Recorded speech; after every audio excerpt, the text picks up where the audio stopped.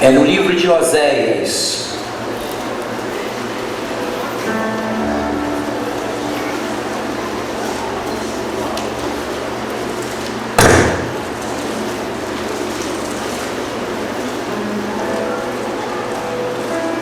Oséias capítulo 6.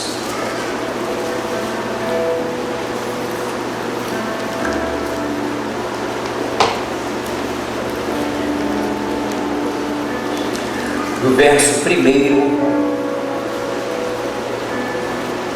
até o verso de número 4. Oséias capítulo 6, do verso 1 ao 4, vocês acharam sim ou não? Diz o texto: vinde e tornemos para o Senhor, porque Ele despedaçou e nos sarará, fez a ferida e a ligará, depois de 2 dias nos dará a vida, e ao 3º dia nos ressuscitará e viveremos diante dele. Conheçamos e prossigamos em conhecer o Senhor. Como a alva será a sua saída, ele a nós virá como a chuva serúdia que rega a terra. Que te farei, ó Efraim? Que te farei, ó Judá? Porque a vossa beneficência é como a nuvem da manhã e como o orvalho da madrugada que cedo passa. Oremos. Querido Pai, mais uma vez no precioso nome de Jesus, graças te damos por esta palavra que foi lida, e com a ajuda do Espírito Santo ela será elucidada, explanada, e para tanto nós te pedimos da tua sabedoria, da tua graça, da tua unção, para que eu me faça entendido. Fala com a gente, tem compaixão. Nós declaramos a nossa total dependência em nome de Jesus. Eu queria trabalhar um tema. O tema vai ser cultura da vida, marca do reino. A cultura da vida. O que é cultura? É uma herança social e geral da humanidade. É a marca daquela sociedade, e nós poderíamos dizer que a cultura, em regra geral, ele é uma marca de toda a humanidade. Quando nós falamos da cultura do amor, nós entendemos que a cultura do amor, ela é uma marca do reino, porque nós vivemos num mundo onde se vive a cultura da morte. Todos os dias, milhares e milhares de pessoas morrem. E uma coisa que a gente tem notado, que as pessoas morrem por causa torpe, fútil. Se você for avaliar as grandes ações ou as grandes situações que envolvem morte, foram por situações fúteis. Não é uma coisa que a pessoa depois vai cair em si, ela vai se auto-indagar: por que eu fiz isso? Nós vivemos num tempo onde as casas estão cercadas de grade. Nós estamos vivendo num tempo onde, se ouvir que mais uma pessoa morreu, para nós passou a ser uma coisa tão comum que, por aspas disso, não nos abala como deveria abalar. As pessoas morrem a cada segundo no mundo, e a gente vai banalizando em razão das quantidades de morte que existe no mundo. E a Bíblia diz que o mundo jaz no maligno, e o maligno, ele tem como cultura a cultura da morte. Jesus, lá em João 10:10, põe para mim João 10:10, que eu vou querer ler com a igreja.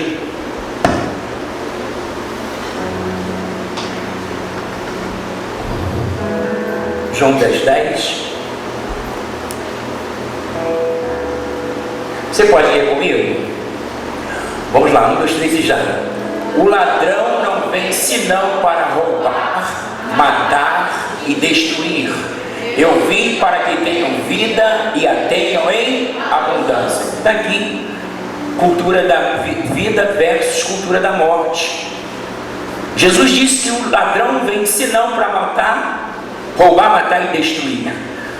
Mas em contrapartida, Jesus disse: eu vim para que tenham vida e a tenham em abundância. Nós, enquanto igreja, precisamos difundir isso no corpo, que é a cultura da vida.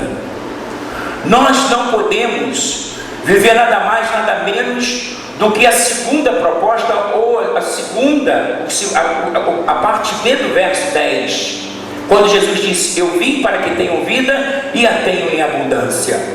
Jesus não está falando tão somente de uma vida que ela não tenha no seu rosto, que ela não tenha no seu conteúdo, no seu cerne, a abundância.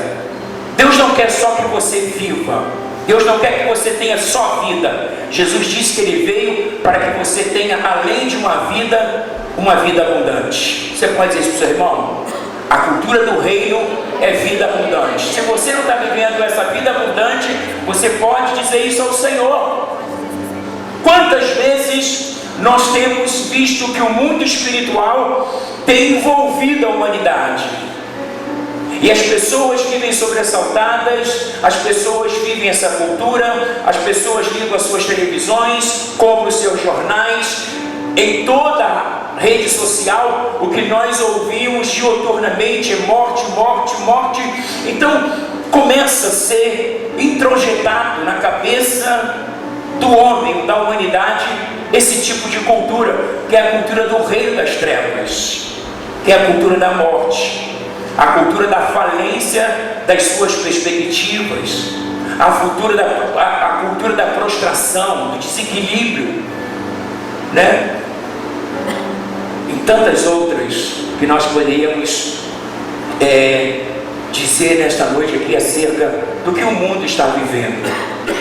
O mundo, ele não tem essa expectativa ou perspectiva que a igreja tem, porque o mundo, ele não tem Jesus.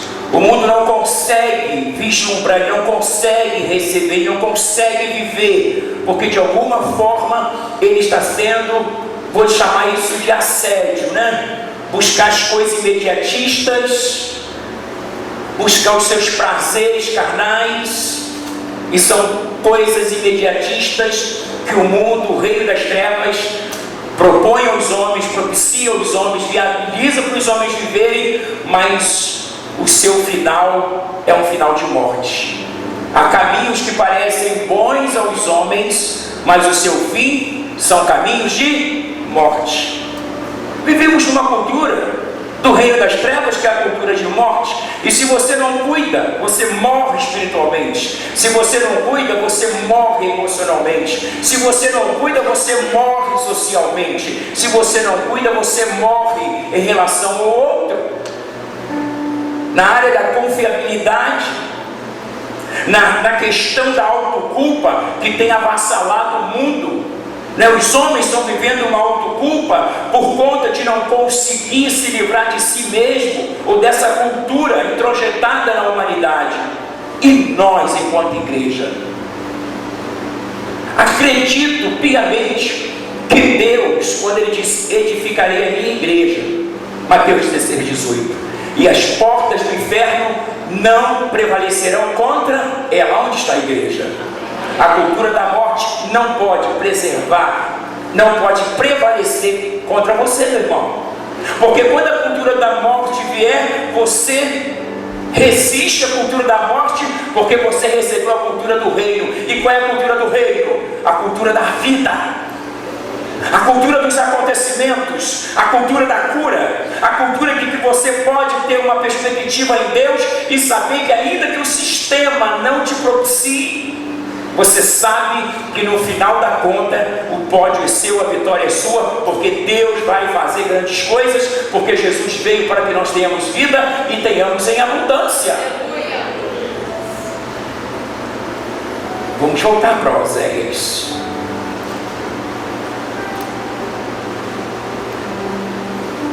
O que Deus disse para o seu povo é: vinde e tornemos para o Senhor. Israel estava morto espiritualmente falando. Israel tinha perdido a sua identidade enquanto povo.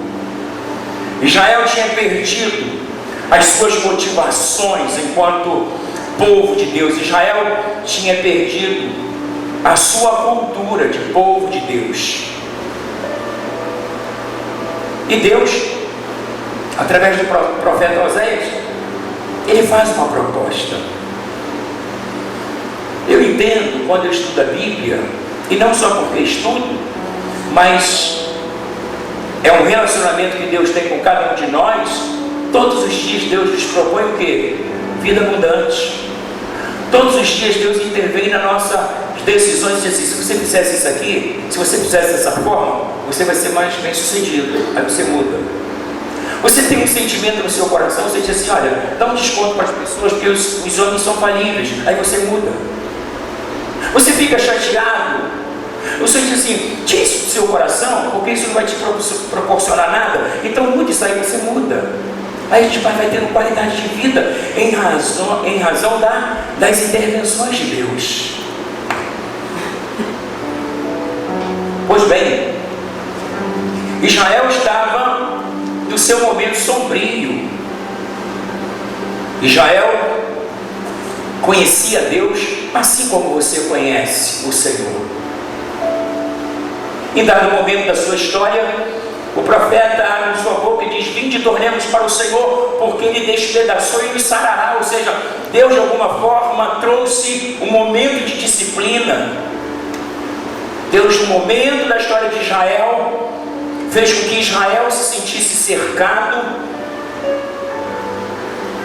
No momento da história de Israel, Deus fez Israel enxergar que quando ele saía debaixo da sombra do Altíssimo, o mundo espiritual vinha com a sua cultura de morte e separava Israel da vontade de Deus.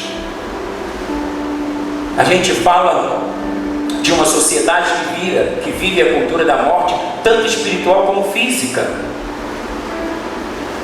E Deus, na verdade, Ele está dizendo o seguinte: olha só, eu, na verdade, permiti que algumas coisas, permitiu, é a vontade permissiva de Deus, não é a vontade ativa. A vontade ativa de Deus é que nós tenhamos vida e tenhamos em abundância. Mas quando, de alguma maneira, a gente vai vivendo um retrocesso, vai se perdendo na nossa conduta, vai se perdendo nas nossas perspectivas em razão do futuro, da eternidade, o que Deus às vezes permite? Que de alguma forma o mundo espiritual se levante, o mundo espiritual traga os seus percalços, o mundo espiritual dificulte a nossa carreira, a nossa caminhada. E Deus está dizendo: se eu fiz a ferida, sou eu que vou sarar. Você pode dizer para o seu irmão: se Deus permitiu a ferida, Ele vai se responsabilizar em sarar. Sarar. O mundo espiritual pode até trazer a ferida, mas o curar é de Deus. O diabo não cura ninguém, ele só engana. Só Deus tem o poder curador, restaurador, o poder de ressuscitar. E ele, no verso 2, ele ainda diz: depois de 2 dias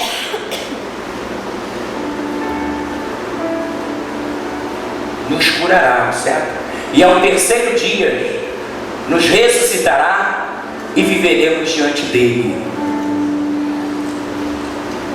O reino de Deus tem como cultura a vida, porque é uma marca que, mesmo que o mundo espiritual force uma barra e te leve a um retrocesso, mas quando Deus se levantar para agir, Ele vai trazer uma das marcas do reino, aonde a morte haverá ressurreição, porque a ressurreição é uma marca da devolução da vida, que é uma marca do reino. Aleluia!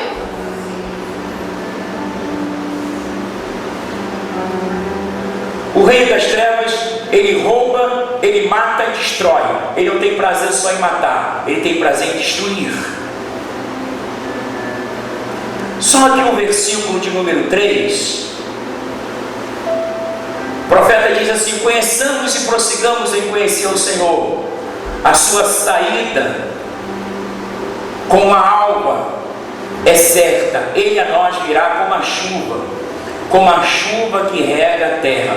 Ele ali está nessa versão, só a chuva serôdia, mas tem a chuva temporã também, né? A primeira chuva, ela fala da chuva que acontecia no tempo da semeadura. É aquela chuva que ela precisa preparar a terra para que o lavrador, o camponês, né, ele possa lançar sua semente e essa raiz, essa semente não encontrar uma terra árida ressecada. A chuva serôdia, que é a segunda chuva que Deus promete, é uma chuva que ela acontecia no tempo da colheita. A segunda chuva, Deus está dizendo que seria uma chuva do avivamento. Veja bem que quando Deus vai para a área da semeadura, Ele fala de uma sequidão, Ele fala de um desvio, Ele fala acerca de uma espiritualidade não autêntica, não genuína. Ele fala de alguma maneira de um distanciamento entre o seu povo e o seu Deus. E Deus, quando propõe a segunda chuva, Ele está dizendo o seguinte: eu vou te tirar desse tempo de sequidão e vou regar sua terra para que você saiba que eu sou Deus. A chuva serôdia fala-se de chuva de avivamento. Aleluia. Os mortos não serão avivados. Quem podem ser avivados? Os vivos. Só os vivos poderão viver um avivamento. Os mortos não. Você pode abraçar o seu irmão e dizer assim: você está vivo, então se prepara para um avivamento. Amém. A chuva serôdia era a chuva que caía na época da colheita, que simboliza o Espírito Santo, que é o período da igreja. É a chuva que acontece na primavera, aonde devolve a cor, aonde devolve o brilho, aonde devolve a perspectiva. Se floresceu, vai frutificar. Aleluia. A serôdia é a chuva da primavera. Chuva da primavera simboliza avivamento, novas cores, nova vida, vida abundante, frutos propostos em razão do florescer das árvores. Se floresceu, vai frutificar, assim diz o Senhor. Aleluia. Aleluia.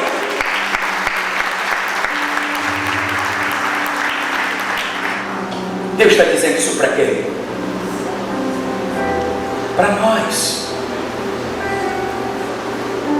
A igreja, que somos nós estamos vivendo o tempo da colheita.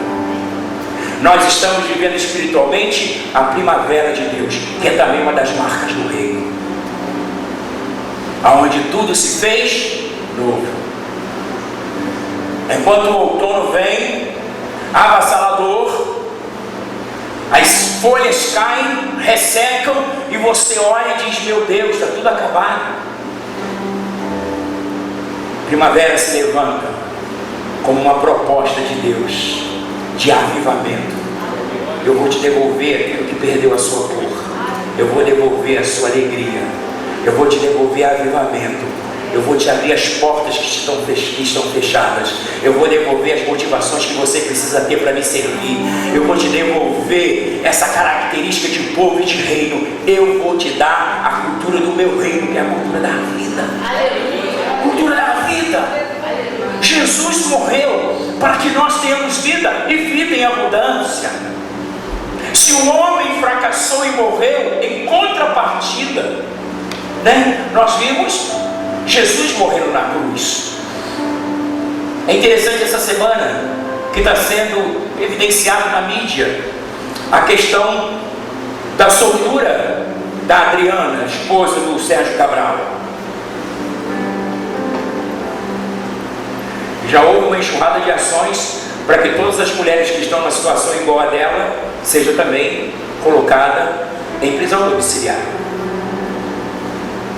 Defensoria Pública do Rio de Janeiro já se levantou e já se achou 326 mulheres na mesma condição. Mas por que elas não têm esse benefício? Porque não podem pagar um advogado. O Procurador-Geral da República pediu que o STJ volte atrás na sua decisão e ela volte a estar presa. Nós vivemos num mundo de desigualdades. Você é o que você tem, não o que você é. Você vale o que você tem, não o que você é. No reino de Deus, você não é valorado por aquilo que você tem.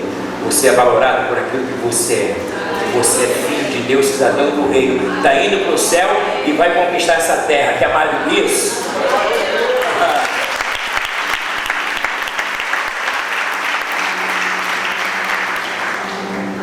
As contrapartidas da vida, né?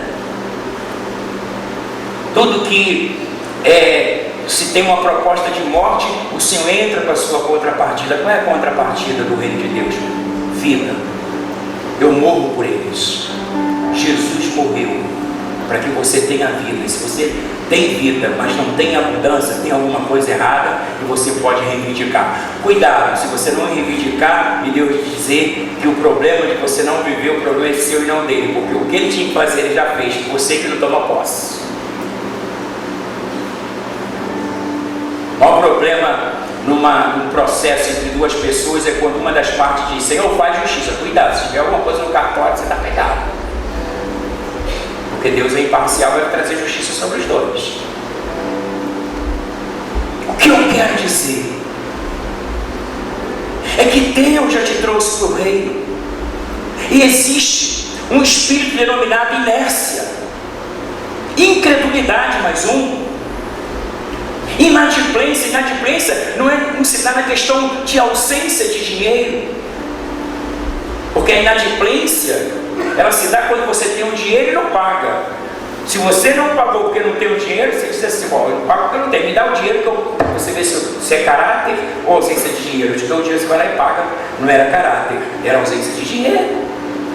O problema dessa inadimplência não está no campo monetário, no campo financeiro. A inadimplência está na negligência que nós estamos tendo em relação ao reino. Israel estava vivendo um processo de negligência, de inadimplência em relação à sua conduta, ausência de conduta, não devolvendo a Deus o que era de Deus, não cumprindo o propósito para o qual ele foi chamado. Isso é inadimplência.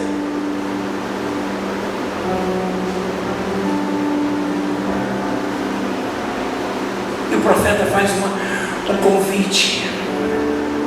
É igual você estar num pesadelo e você acorda e diz assim: graças a Deus era um pesadelo. A maior alegria de se despertar no pesadelo é você saber que era um pesadelo. Uau, era um pesadelo. Você dobra o teu joelho e diz: muito obrigado, que era um pesadelo. Porque no sonho você viu, ou no pesadelo, você viu que não tinha saída. Aí você acorda e era um pesadelo. E você diz: uau, acordei. Se você acordou é porque tem oportunidade. Aleluia. É isso que Deus estava dizendo para o seu povo, usando o profeta Oséias. Tem duas perguntas que ele faz no próximo verso, verso 5. Que te farei, Efraim? Que te farei, ó Judá? Porque o vosso amor é como a nuvem da manhã. Qual é a nuvem da manhã? Ele está falando do orvalho. Ou do orvalho? Ele está falando da nuvem. Você sabe, já viu aquele nevoeiro? É a glória da manhã. Você acorda assim de manhã, 6, 7 da manhã, aquela neblina, né? Segundo os estudos, ela tem 1 quilômetro de extensão e 100, 200 metros de altura. Se você subir a perto do elefante, teu carro tem que botar. Se descer a Petrópolis, Teresópolis, ela vai te cercar lá em cima. É a glória da manhã. Deus faz uma analogia, tanto da glória da manhã, que seria uma manhã nebulosa, como ele fala acerca do orvalho que cedo passa. Deus está dizendo o seguinte: o seu amor por mim, o seu apego, a sua obediência é curta. É como o orvalho que cedo passa. É como se houvesse amor entre 6 e 8 da manhã, mas o sol veio sobre a terra. O que aconteceu com o orvalho? Acabou. Deus está dizendo: o que te farei, Efraim? Eu sei que você não está feliz do jeito que está. Eu sei que você tem alguns porquês, algumas interrogações, e agora a pergunta que Deus faz: o que te farei? Evidencie o seu amor, evidencie o seu arrependimento, traz à memória a sua consciência quando você olha para a mesa e diz: Jesus morreu na cruz por mim. O meu pesadelo se transformou num tempo que eu pude acordar e dizer: era só um pesadelo. A cultura da morte e o cerceamento em relação ao céu acabou. As portas do céu foram abertas para mim. Ir para o inferno, não viver com Deus, se perder eternamente, era um pesadelo que Jesus pôs um fim. Uau! O diabo vem com todo o seu engodo, te pega, te laça, te envolve, te faz uma proposta indecente. Você diz: é o bobo da noite. Aleluia! Aleluia! Satanás está pensando que eu sou bobo. Sou cidadão do reino. Cidadão do reino não é esperto, não, tem sabedoria. Porque Deus tem para nós expertise, Deus tem para nós sabedoria. Às vezes eu estou no celular querendo fazer alguma coisa dirigindo, né? Diz: você não tem expertise para isso, não, João. Você tem, né? Mas ela tem mesmo, eu preciso confessar isso.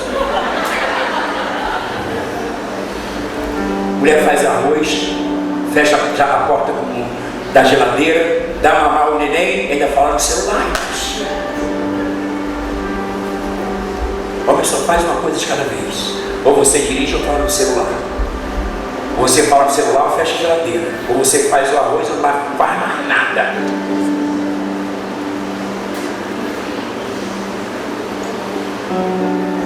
Aí eu para poder me sair bem, eu digo: por que eu sou cidadão do reino? Não pode parar. Isso aqui não tem nada a ver com cidadão do reino, mas a gente tenta se defender na medida que pode, né, meu irmão? Mas o negócio é mais grave, são coisas pequenas em relação àquilo que Deus está dizendo para nós. A pergunta que Ele faz é o seguinte: o que te farei? O que eu mais tenho que fazer para provar que eu te levei a sério? Você pode pensar no seu irmão e dizer isso, perguntar isso para ele: o que Deus mais tem que fazer para provar que Ele te levou a sério? Deus te levou a sério. Eu vou repetir: Deus te levou a sério. Eu vou repetir: Deus te levou a sério.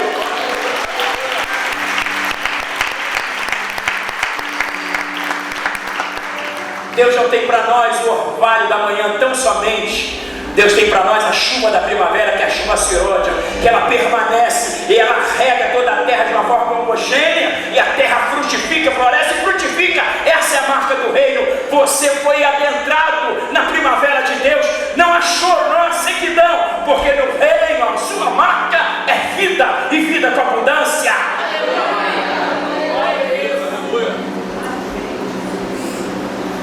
Ninguém olha para mim. Olha, Deus já olhou. Ninguém precisa olhar. Tem gente que está vivendo o inverso. Todo mundo olha e menos Deus. Você quer o quê? Todo mundo olhando Deus. Escolhe. Faz hoje a sua escolha. Deus está olhando por você. As outras pessoas são detalhes. Você pode até acertar, que nem sempre essas pessoas vão valorar, porque Jesus disse que o profeta não tem honra na sua casa.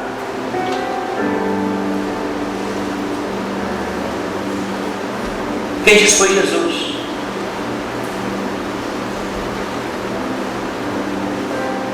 É isso que a gente faz, a gente valoriza o americano. O americano vem aqui, não é porque a gente não tem que valorizar, não, isso não tem gente. Mas porque a gente se perde diante de uma nação culturalmente mais fortalecida.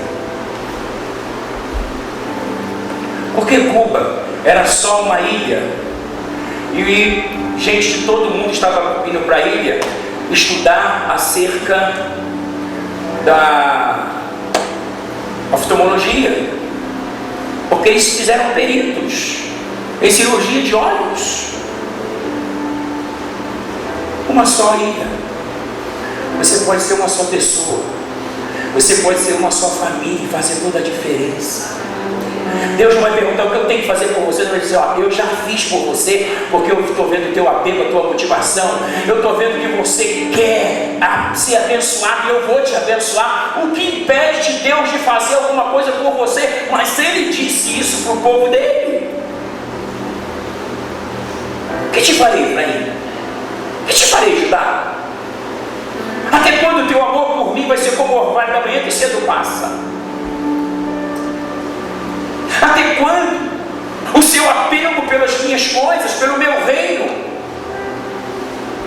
será como a glória da manhã, que é aquela neblina, que na proporção que o sol aparece, ela desce, se esvai e desaparece. O Senhor está dizendo, eu fiz todas essas coisas, eu fiz a natureza, eu sei o que é temporal e sei o que é eterno. O que eu quero de você é uma atenção eterna, um propósito eterno, diante de uma perspectiva daquilo que eu posso te dar. Eu não preciso te perguntar o que farei por você, porque tudo que eu tinha que fazer eu já fiz. E agora, aonde está a sua parte? Todo relacionamento envolve direitos e deveres. Direitos e deveres no plano espiritual é a mesma coisa.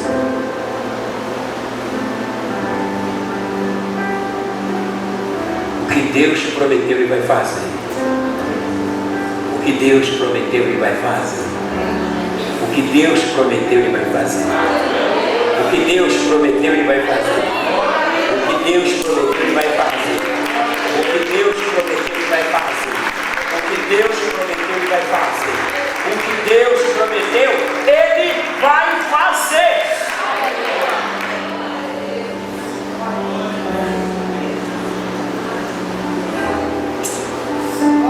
Aleluia. Caramandorecho e andevasse. Meu irmão, espiritualmente falando, você já saiu da cultura do outono, da sequidão das folhas, onde as folhas caem, ressecam, aonde não há água, as raízes estão ressecadas. Você precisa entender que você foi transportado para o reino do seu amor. Você faz parte agora da cultura da primavera. Aleluia.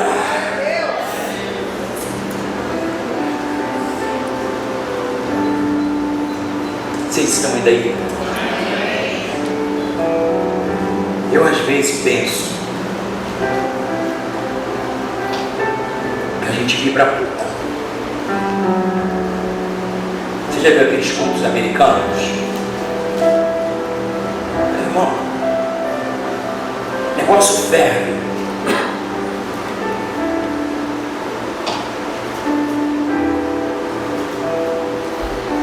Era aquelas irmãs abençoadas, com um laço, um vestido desse tamanho, um chapéu desse. Nem um laço, nem um chapéu impede que elas levantem. Aleluia, Jesus! Uma coisa espontânea, não uma coisa forçada. É você se derramar, você chorar e dizer assim, Deus, eu estou voltando para o Senhor. Vinde e tornemos para o Senhor. Senhor, eu estou voltando com toda a minha força, com toda a minha intensidade. Eu estou dizendo que eu me arrependo dos intervalos, do lapso de tempo que eu promovi no nosso relacionamento. Eu me arrependo de ter me ausentado. Eu me arrependo de estar distante. Eu me arrependo de ter tentado ganhar o mundo em uma semana, enquanto o Senhor ganhou a minha eternidade em 6 horas de cruz. De 9 às 3 da tarde, Jesus esteve crucificado. E na hora 9 ele disse, Pai, está tudo consumado. Foram 6 horas que Jesus precisou para te conceder o céu, a eternidade. Deus está falando de tempo. Teu amor por mim é como o orvalho da manhã que cedo passa.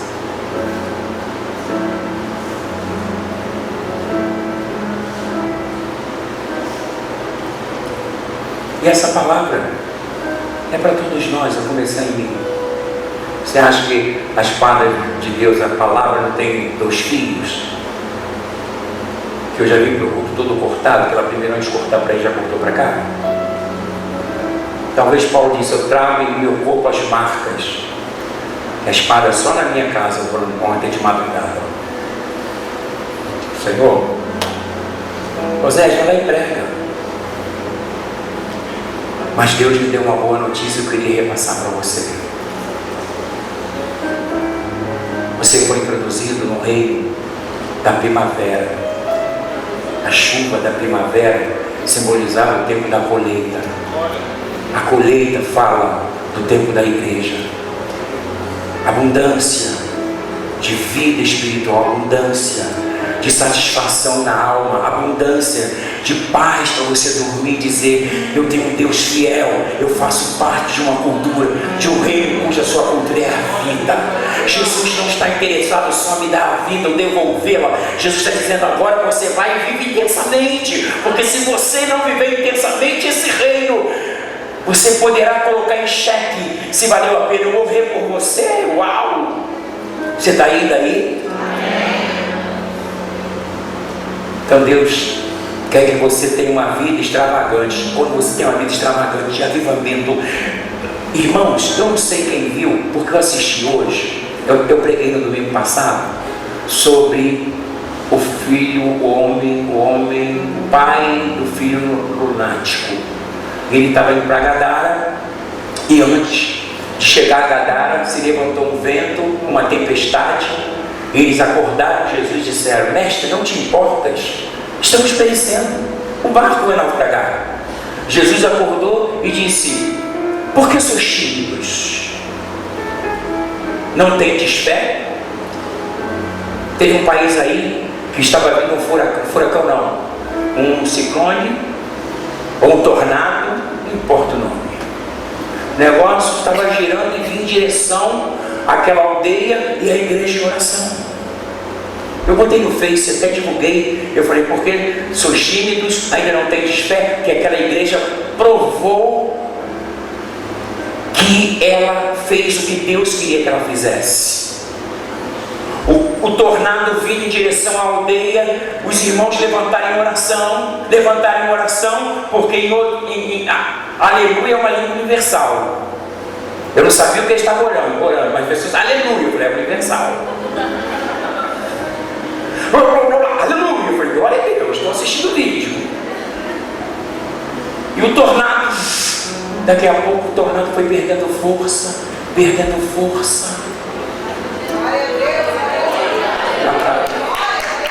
Aleluia.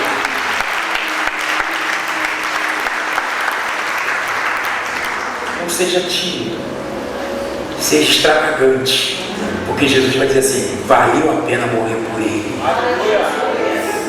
Ser extravagante no bom sentido, tá, meu irmão? Na alma, na motivação, na intrepidez, na alegria. Não maldizer, bem dizer, vir, fazer parte, ajudar, levantar, orar pelo morto, ressuscitar o morto, curar os enfermos e até para tornar se preciso for. Por isso que Jesus disse para ele: por que sois tímidos? Ainda não tendes fé?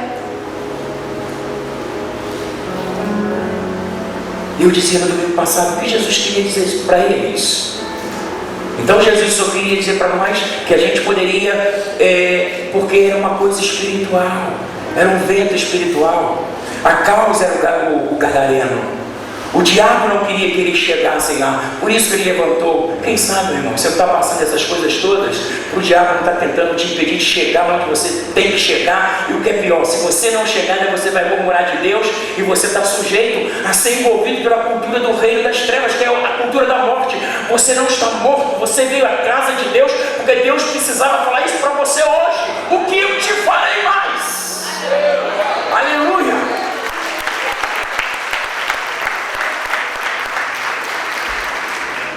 Decantarava choia levácia. Aleluia! Sem tépido, corajoso, fervoroso. Os irmãos da minha época eu achava bonito aquilo. Pastor Cebola, eu falei: meu Deus, eu tenho que aprender essa cultura. Aí daqui a pouco veio aquele irmão na minha direção. Aí eu peguei também minha mão, pá, pá, pá. Isso, meu irmão! Eu parar para dar chuva. Aí depois que eu comecei a me defender, depois me defender em bom sentido. Aí todo mundo vinha me saudar e eu era firme assim. Meu irmão, você vai ter que fazer uma chapa no pulmão se você ficar assim.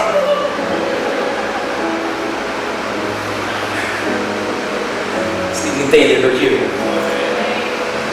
Você está na primavera, onde as folhas serão renovadas, onde haverá flores. Flores são sinais de frutos. Vamos ficar de pé, em nome de Jesus.